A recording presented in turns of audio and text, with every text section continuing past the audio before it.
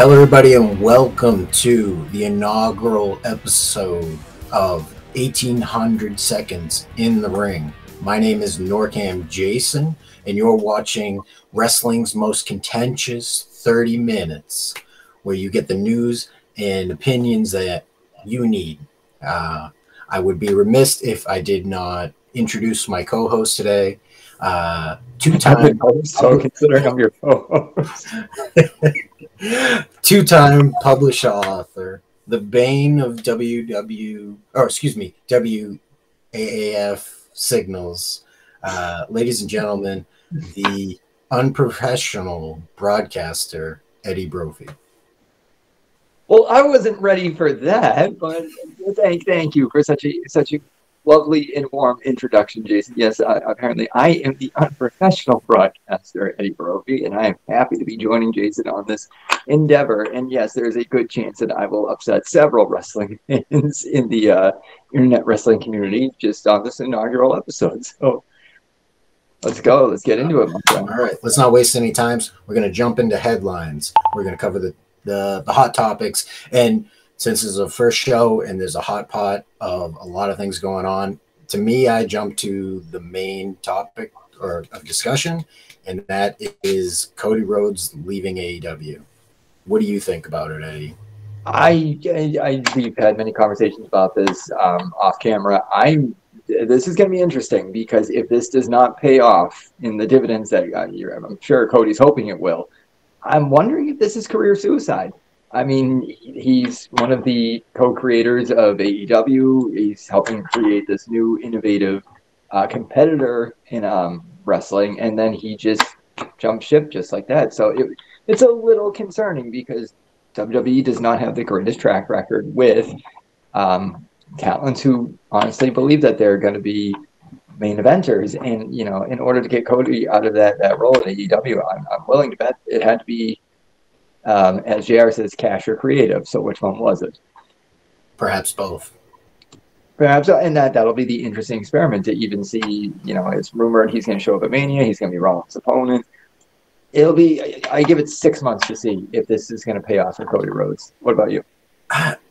It's so weird because that interview is floating around where it's less than a year ago, and he's like, "I'm here for the long haul. I have dreams of political aspirations." He's like, his roots are buried at that point.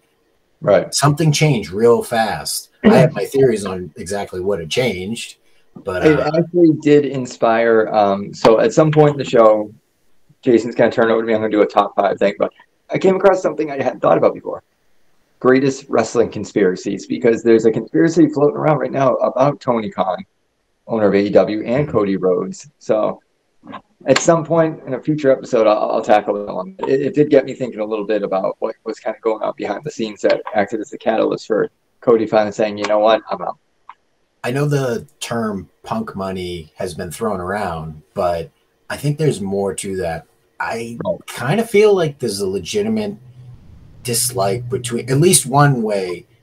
I don't think Cody likes CM Punk. That's an interesting one. I actually never crossed my mind because I always think back to that photo that Punk had posted when it was Cody was the Intercontinental Champion, he was the WWE Champion, Daniel Bryan was the World Heavyweight Champion, Eric Rowan was the Tag Champion, Beth Phoenix was the Divas Champion, and it seemed to have that Punk was, what was the thing he said, like, if you don't move forward, then you're going to get lost or something like that. And it just seemed like at the time, like he had a camaraderie with all these people. And I just assumed that Cody was no different. That Punk and Cody must have had some sort of camaraderie or some sort of relationship back in those, the later 2000s in WWE. So I saw an interesting clip from a couple of years ago. It was from the Jericho Cruise, and they were having like an open discussion, and the term locker room leader came up. And Cody tells a story of CM Punk saying, "Hey, I'm the locker room leader," and him going, "What? You're not the locker room leader. You know, Kane is the locker room leader." So it was kind of like a weird comment, and it's funny. Buried in you might have shown me that clip because now, like as soon as you mentioned that, I'm like, I remember Jason bringing that up, and that there was a little bit of tension between the two because Punk was very adamant that I'm that guy. I'm the taker of our locker room. Yeah. So I don't know. I'm curious to see how this plays out. I almost feel like WWE has to make this work to show people from the other side that there is life and more to expect on this side of the aisle. You know, it's been 3 years and AEW's kind of, you know, picked up pieces as they went. And, you know, Cody's the shocking one to everybody that he's the first to go. I think this will be a great experiment because it's going to kind of be reminiscent of the later 90s and the Attitude Era of WWF, where you had most of the WCW roster populated by former WWF talent.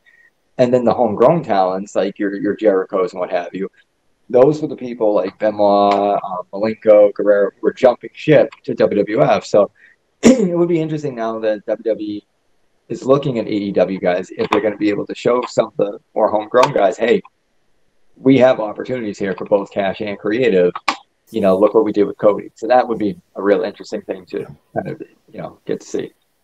And another headline that's out there right now is Tony Khan purchased Ring of Honor, which is surprising, but I think a great business move on his behalf. Smart move, especially if the rumors pan out that they're going to strike a deal with HBO Max. Yeah.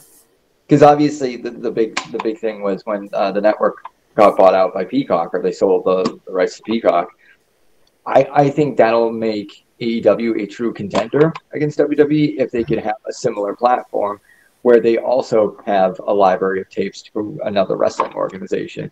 I mean, those Ring of Honor tapes, I mean, Punk even said he was so elated that Tony Khan had purchased them because Vince McMahon was making enough money off of his past. So, and there was that cool thing that at the last pay-per-view where Punk was able to pay homage to his character or his look from Ring of Honor. I thought that was really cool, and I know you marked out for that. Oh, it was fantastic. And the other point of it that I thought is, okay, you have 3 years plus of AEW content.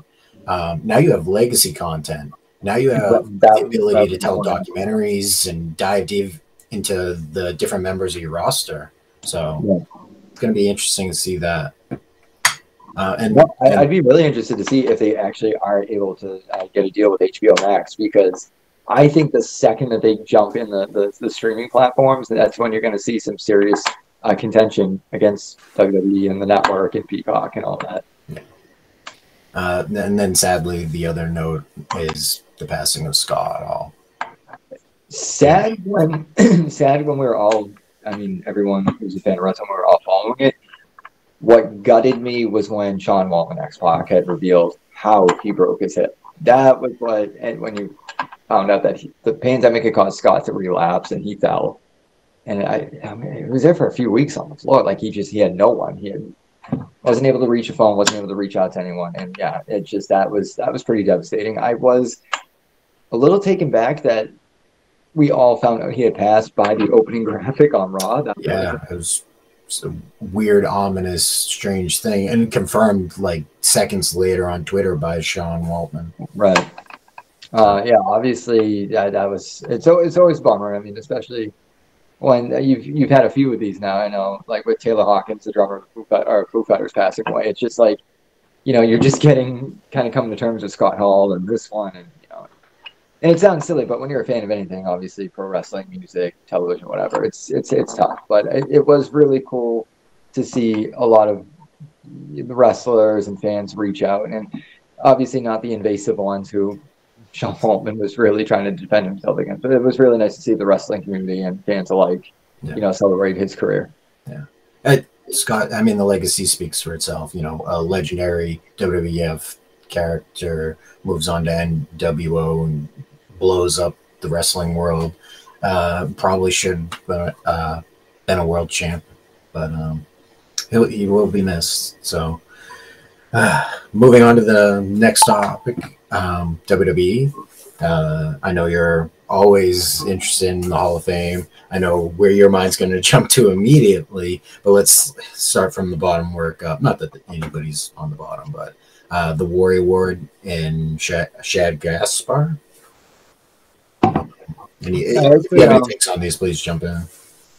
Somebody had actually, I think it was on Reddit or somewhere on the internet, I got caught some experiment, said they should actually change it from the Warrior Award to the Shad Gaspar Award. And I was kind of like, here's the thing. If you saw Dark Side of the Ring, like, stories. I've always been a fan of Warrior the character, but I've always believed that the performer, Jim Hellwig, was not exactly an easy person to like. The fact that they were able to go from the self-destruction of the Ultimate Warrior to the Warrior Award, it seems like a massive progression, but I mean, there have been a couple of times where I'm like, the Warrior Award, really? Like, he wasn't exactly known as the most philanthropic fellow on the planet. So I did think that was kind of funny that a fan had pointed that out. So some of the other inductees, you have the Steiners, Queen Charmel, and Vader. Vader's a big one for me. I was a huge Vader fan, big Van Vader fan as a kid. I mean, I mostly knew him from his run in WWE, which it's just so criminally underrated, and it's honestly a shame that he never had a world title run. Honestly, that one still bothers me. Outside in WWE, you mean? Yeah. In the WWE. Right, yeah, and he never got the strap in WWE when he had his run, and honestly, just one of my favorites. So it was. I mean, it's sad that it was posthumous because prior to his passing, which was really sad. You know, he had really advocated for something, tried to lobby, and obviously WWE wasn't interested at the time. But, you know, I hate to say it, but it almost fills the quota of they have a certain quota for how many dead wrestlers are we going to let. Yeah, sadly. And unfortunately, it was just Vader's time. Yeah. Did you mean that pun? You know, you can edit that later so I sound smarter than everything. Puzzling one, I guess, is Queen Charmel. I don't want to sit here and be like nobody deserves it, but this one's kind of I completely forgot about her. Not really familiar with her outside of her being married to Booker T. Not really familiar with her as a performer outside of just being Booker T's wife. A Nitro girl at one point, I believe. Yeah, don't really want to vocalize my confusion because I don't want it to get taken the wrong way. But obviously with you, I've kind of gone through a list of female talent where like, well, why is Luna in the legacy? Yeah. Like, couldn't Luna have gone, you know what I mean? Like, and I just feel like even Michelle McCool, you know, I was a fan of Michelle McCool. I thought she could have gone. I mean, the one that you and I went back to was Sable. Where's Sable? Yeah. But apparently there's a little tidbit that came out this week that Tori Wilson said during her induction she was not allowed to mention Sable by name, which was puzzling. Yeah, and especially considering that Brock Lesnar is her husband. Exactly. So yeah, a little confusing. I mean, I did kind of scratch my head and go through a list because like it was Ivory in, and you're like, yeah, Ivory's in. Is Victoria in? I don't actually remember now if Victoria's in. I don't believe so, but that is one that I would. Yeah, see. I mean, there's quite a few that I would certainly think like, well, China Solo, like, yeah, it was a little puzzling. Tori, another one, but whatever. I mean, that's great for her. I just think that whenever the Hall of Fame comes up, there's always questionable, like, well, why would this person get in before this person? And I just think that's typically the case with fans when you think like, you know, well, why isn't Triple H? And I'm sure next year, actually, if it's in Hollywood, I think Rock next year is probably going to be Rock's year. Yeah, I can see that. And then the man who obviously could have gone in by himself Friday night, but Undertaker. I think it probably would have made more sense considering that they're going to do the live SmackDown into the Hall of Fame. Mm-hmm. And the fact that the Hall of Fame's airing so late. So don't get me wrong, like I love watching the Hall of Fame. I just, as a 34-year-old man with children, I don't know if I'm going to be able to hang long enough to see the live telecast. I'll probably have to watch the replay, but in fairness, though, there's 5 inductees total, and that includes the Warrior Award. But I don't want to see anyone have to get rushed just for Taker's speech because I feel like one of the things is like we don't know who's inducting, or at least I don't know who's inducting Steiner Brothers, which that is long overdue. I love the Steiner Brothers. I imagine it'll be Rick's son, Braun. Vader. I'm kind of curious who's going to induct Vader. I heard Jim Cornette say that the only person that makes sense is Mick Foley.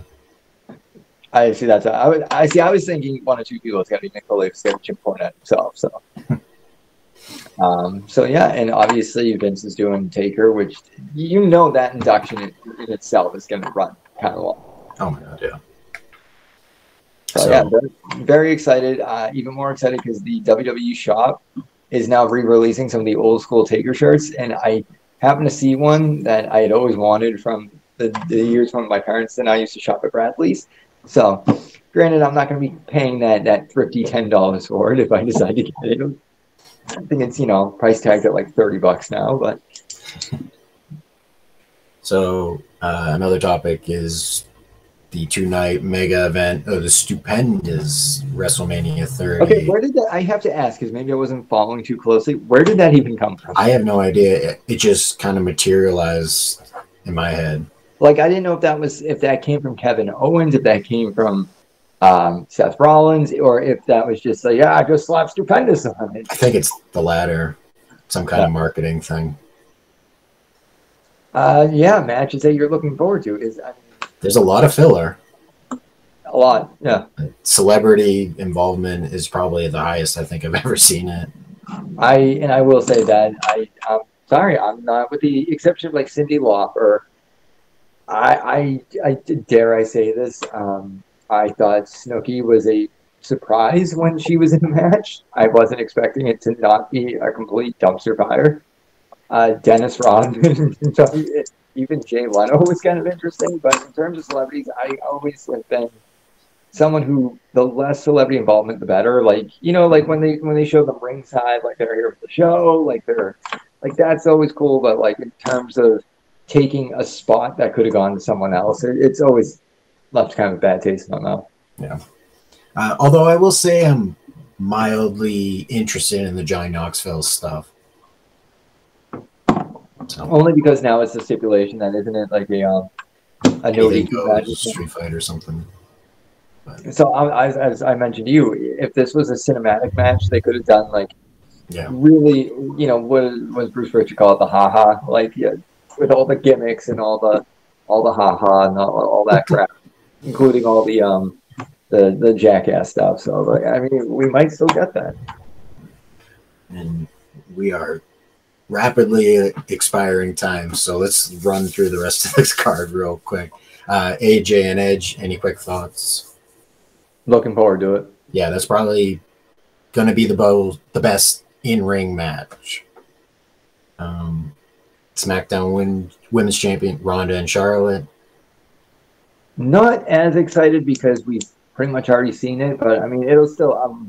I'm looking forward to it, but it's definitely not the top of my list. Yeah, it could surprise me. Is what I'm. That's what I'm at. Is it could definitely surprise me. Yeah. The miraculous return of Stone Cold again. Well, in a segment with Kevin Owens. So he's very adamant that he's ring ready. He's in the best shape he's been in. I don't know. I think we're gonna have to wait and see what happens with this one because I don't see this as blue jean Stone Cold with a beer and a pair of sneakers and a Stone Cold shirt. I'm starting to get the impression if we don't get jorts in the vest, we might actually get old black trunks, leg braces, boots, the nine. So we'll have to wait and see. Seth versus mystery opponent. Anything quick? If it's Cody Rhodes, interesting. Thought they might try to build to it in a more elaborate way. Not so much just kind of throw it out there. If it ends up being Shane McMahon, then Vince McMahon is the greatest troll in the history of trolls. And then the big one, the title versus title. Only interested because Brock's promos as of late have been really entertaining.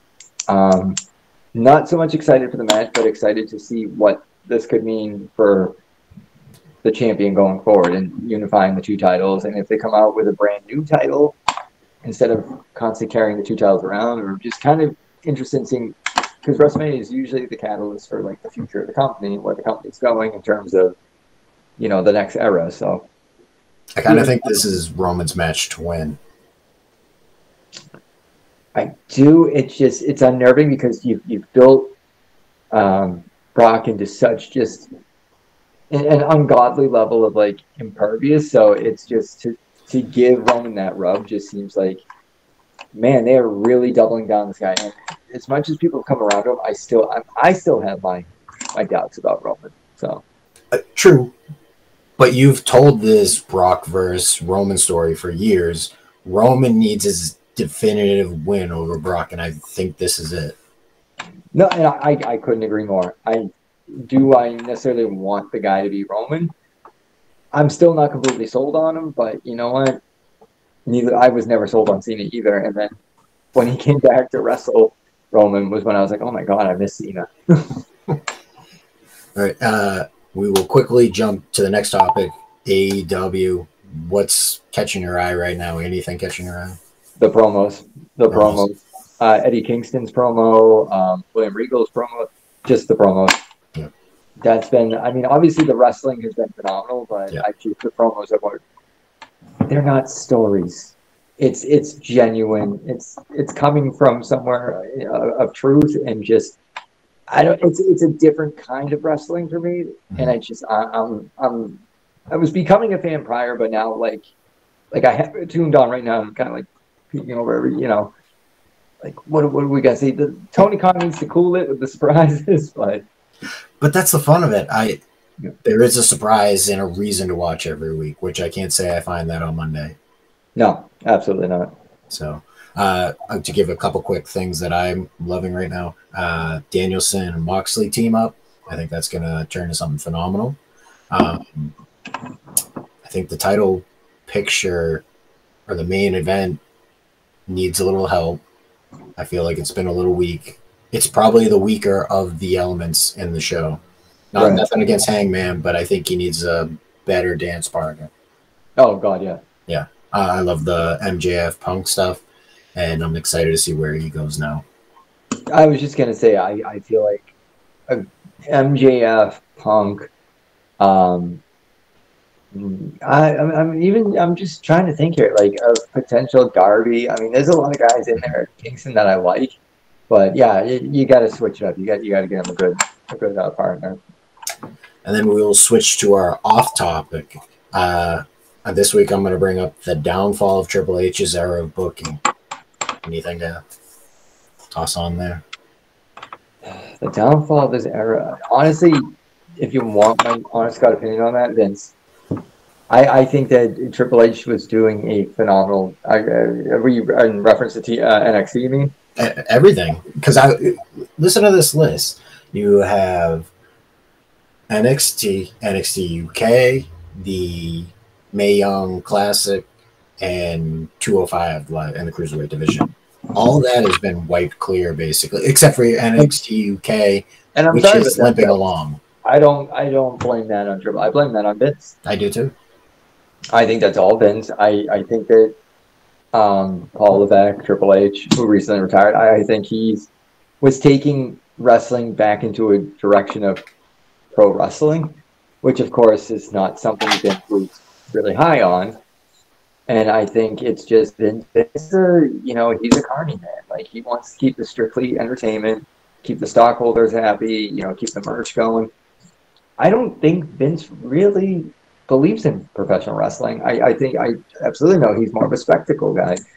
The problem is like you can only have so much spectacle, and then you're a wrestling company, man. Like, if you give me too much spectacle and not enough wrestling, it's gonna, you know what I mean? Like, AEW is slowly finding that balance right now. Yeah.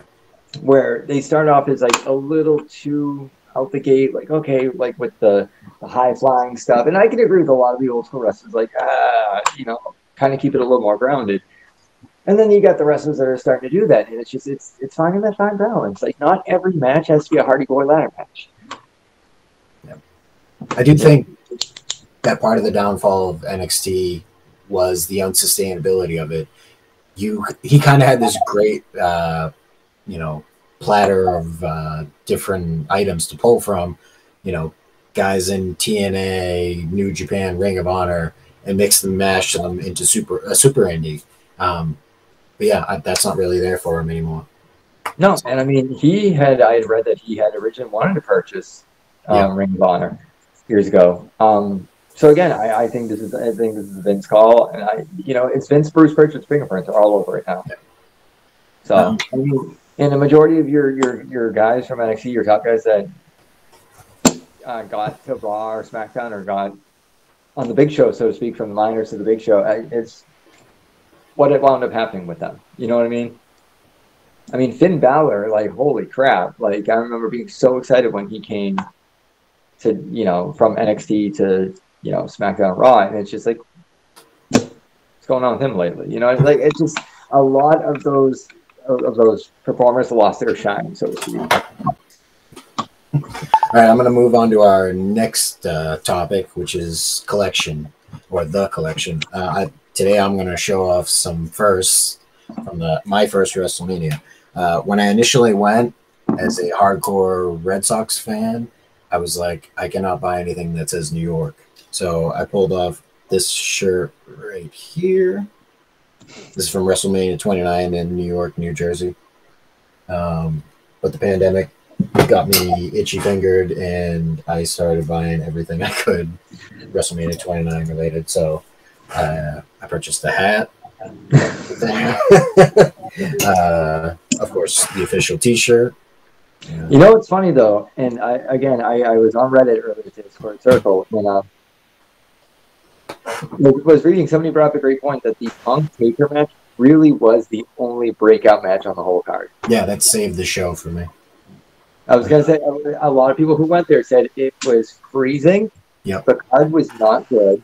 Nope. And Punk and Taker 100% should have. And it's like now, like I'm like, I have to go back. Because I remember you were in New Jersey. Yep. I was at home watching it and thinking this is by far one of the better Taker Mania matches I've ever seen. Yeah. A couple of the other items, the official cup. I believe I grabbed one of these for you as well. I believe that's what my ex-wife's house. The official jersey right there. That one was hard to find on eBay. And then no collection would not be complete without the official bear and pin. The official beanies of WWE. You can't call them beanie babies. We'll get sued. It's the shitting. Let's see. Now we'll jump to our next top 5. Eddie, what's the top 5 this week? All right, so this week I wanted to be in lieu, or in light of, rather, of Taker's introduction into the Hall of Fame, rightfully so. I wanted to go with the top 5 Taker gimmick matches, which, of course, Taker being a character, he's been in some really wild and interesting matches. Not on my list, but one of which I thought in theory was interesting was the Punjabi prison match, because, you know, of course, okay, you know, you got a character like the Undertaker. So these are the 5 I saw with love them, hate them, disagree, get me to get very upset after you eviscerate me on YouTube, what have you. In no particular order, first one that came to mind was him and Vince McMahon buried alive match, Survivor Series 2013. Nice. Now, this isn't merit-based simply on like wrestling performance or anything like that. This is more like entertainment, creativity. You've got to love a match where within the first like 5 seconds someone gets color. Of course, he lands that fist on Vince. Vince is busted open, and we're off to the races.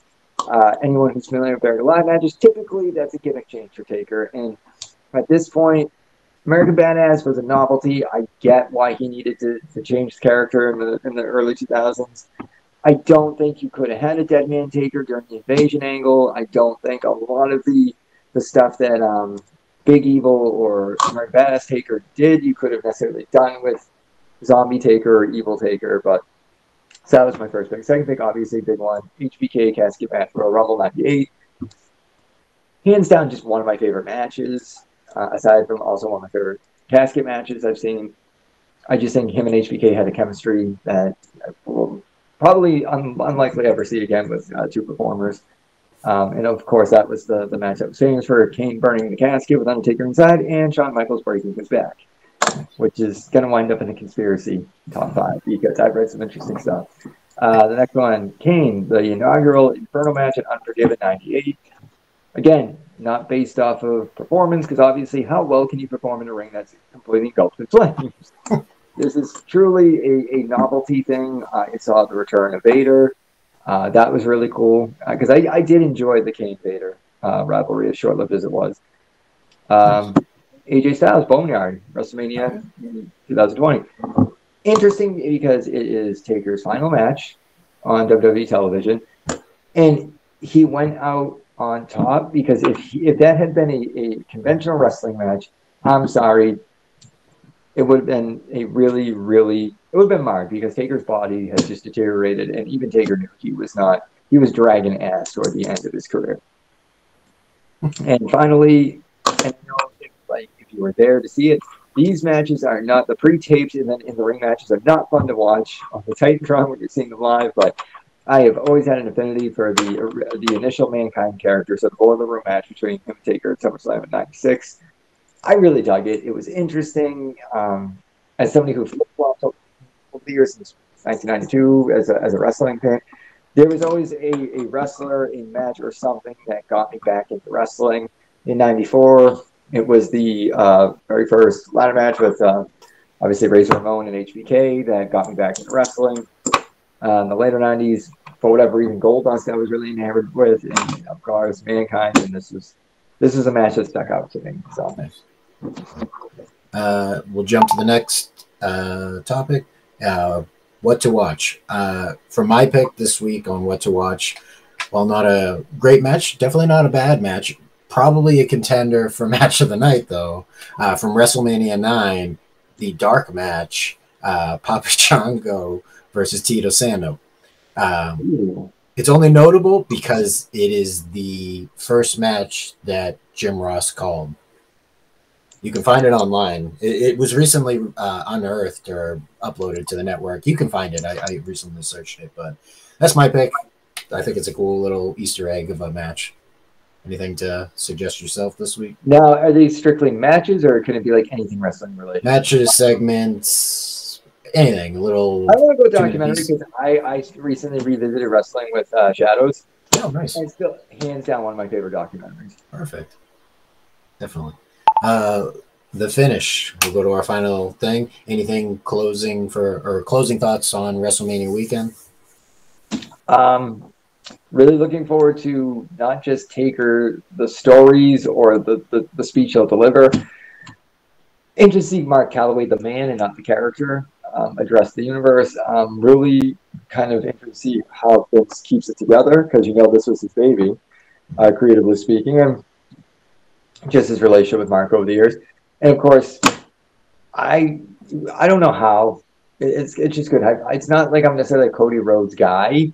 I never really was. Even I thought Stardust was interesting, but I will say I have been closely monitoring Cody Watch 2022. Yeah. Yeah, I need to figure out where Cody winds up in this whole deal.